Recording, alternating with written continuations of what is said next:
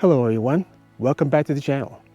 I hope you enjoy what you're about to see, and if you're new here, please subscribe and give me a like. It would really help me out. And hit that notification bell that's right down here to see any upcoming videos from me. I'm speaking to you from Harriman State Park in Sloatsburg, New York. It's peak foliage, it's absolutely beautiful. So I'm going to check out a couple of trails this morning. It's a very misty, foggy morning. And it looks like it's going to be at least foggy for a while and probably cloudy after that, so I'm not expecting a lot of light. It's actually good conditions for woodland photography though, which is what I'm going to be doing today. So let's start at my first location and we'll see what we get.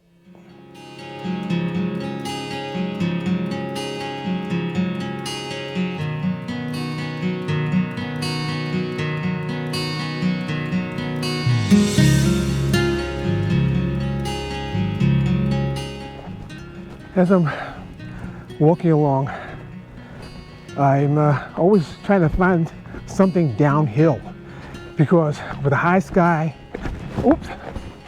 high white sky, I don't really want to have a lot of highlights in whatever shot I wind up taking. So I'm looking downhill both as I was coming up the hill and now as I'm going down the other side of the hill, and I think I see a possible composition right ahead. So let's take a look at it. I think I actually have two compositions here. One is this tall tree right behind me with the beautiful yellow foliage, and with an atmosphere of behind it of more trees and foliage, but you see with all the mist and everything, it's kind of fogged out. I'm definitely going to use a long lens, medium to telephoto. I'm not sure which lens I'm going to use. Probably about 70 millimeters, whichever lens I use, to capture that image. And then right over here to my right, you have a tree that has fallen probably years ago, but it's propped up by a couple of other younger trees. Actually, it's really propped up by 3 different trees. And the tree that's supporting the others is it's in, again, a nice foliage, but I really just kind of like the interaction of the branches among with the leaves. So I think I'm going to set up for 2 compositions here, this one first and then that one. So let's get started.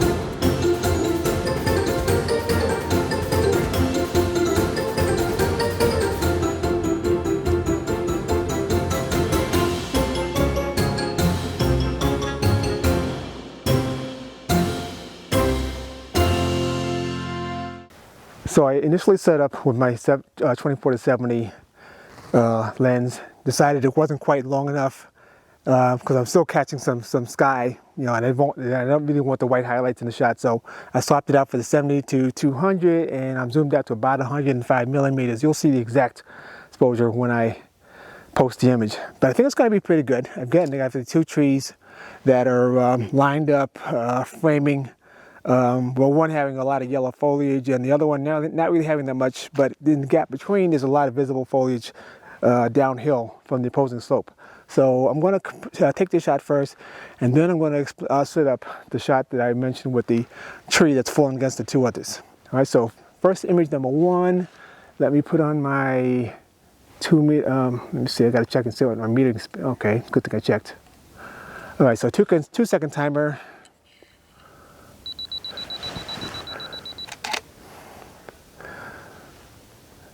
All right, that looks pretty good. So now, let's go for shot number 2.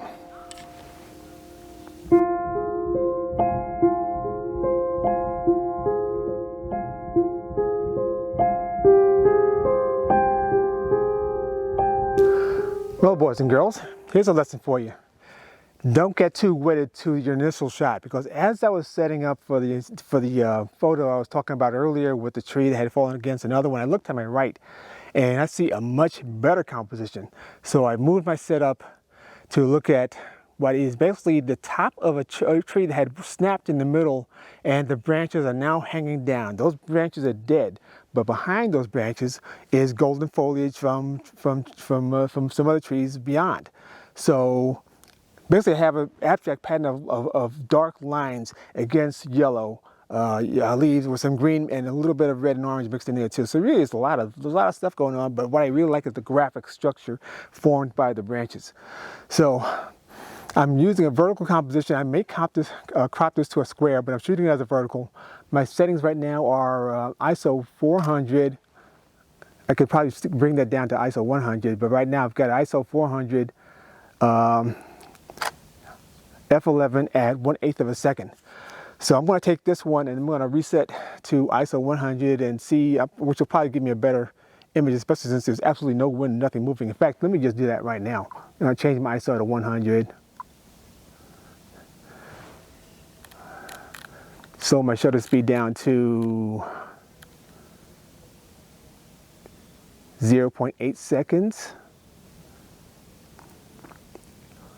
Yeah, that's just short of blowing it out. In fact, I bring it down just one there. So yeah, so 0.8 seconds. And I'm going to trigger the shot right now. This is going to be very interesting.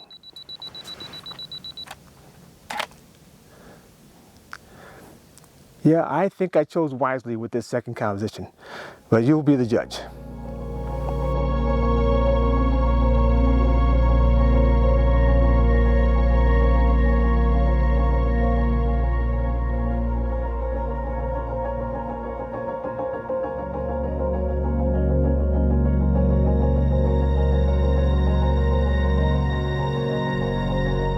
When a tree goes down in the forest, it makes room for this new growth to come up. And right here, I'm standing in the clearing that was created partly by two fallen trees that fell a long time ago. And the space that's resulted has allowed for these pine trees, or fir trees, if they are, to come up.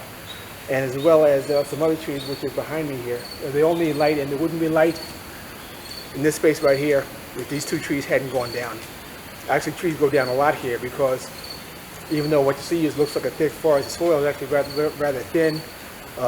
There's a lot of bedrock not too far below here, and so the trees really don't have a lot of support. So when a big storm comes along, there's always a risk of trees going down.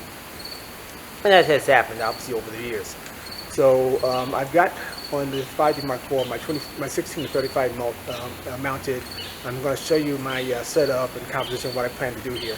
I see at least two compositions. One is from where you're looking at me right now, and the other one is from the foot of this tree here, leading up to the yellow tree behind me. All right, so let me show you what I've got here. Hopefully you can see it. I've got a vertical composition here with my 16 to 35, pardon me, my 24 to 70 lens mounted on the 5D Mark IV, and I also have a polarizer, and I'll show you what the polarizer does if I can do this one-handed. See, the whole idea of the polarizer is to try to reduce the amount of reflections from the sky. Even though there's a high sky, you can see how as I turn the polarizer, there's a lot of reflection. And then once I remove that reflection, the color gets so much more intense. So this is the basic setting I'm going to have here.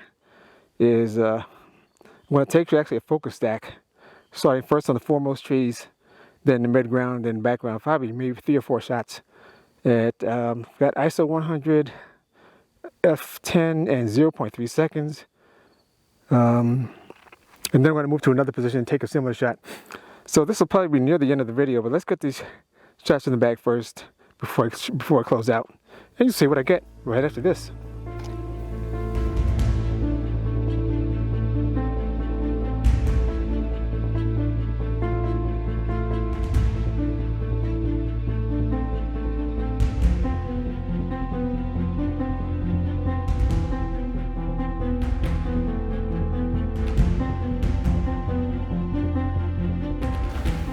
Okay friends, I think I'm going to call that a video. It's been a good time out here. I got one more image actually of a maple leaf and a fungus or a mushroom that's actually right below the camera as I'm looking at it. And I had a chance to use the video camera, the R6, with a mode that I've not seen on the camera before, and that is automated focus bracketing.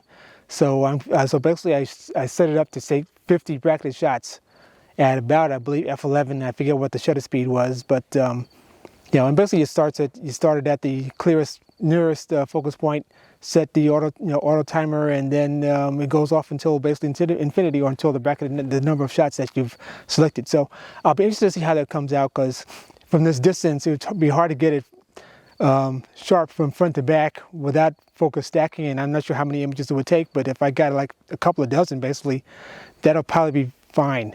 So I'm looking forward to seeing what the final result is, and you will see it at the end of this video. So thanks for coming along with me.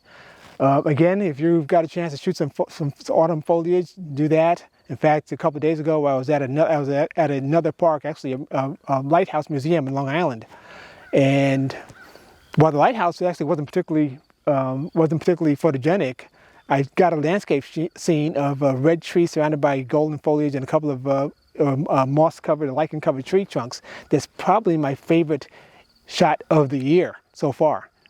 Definitely my favorite autumn shot, although a couple of ones I've taken today may rival it. So you'll see that at the end of the video too, and that's just, just consider that a bonus, because I didn't do any video of when I was out with my friends the other day. So thanks again.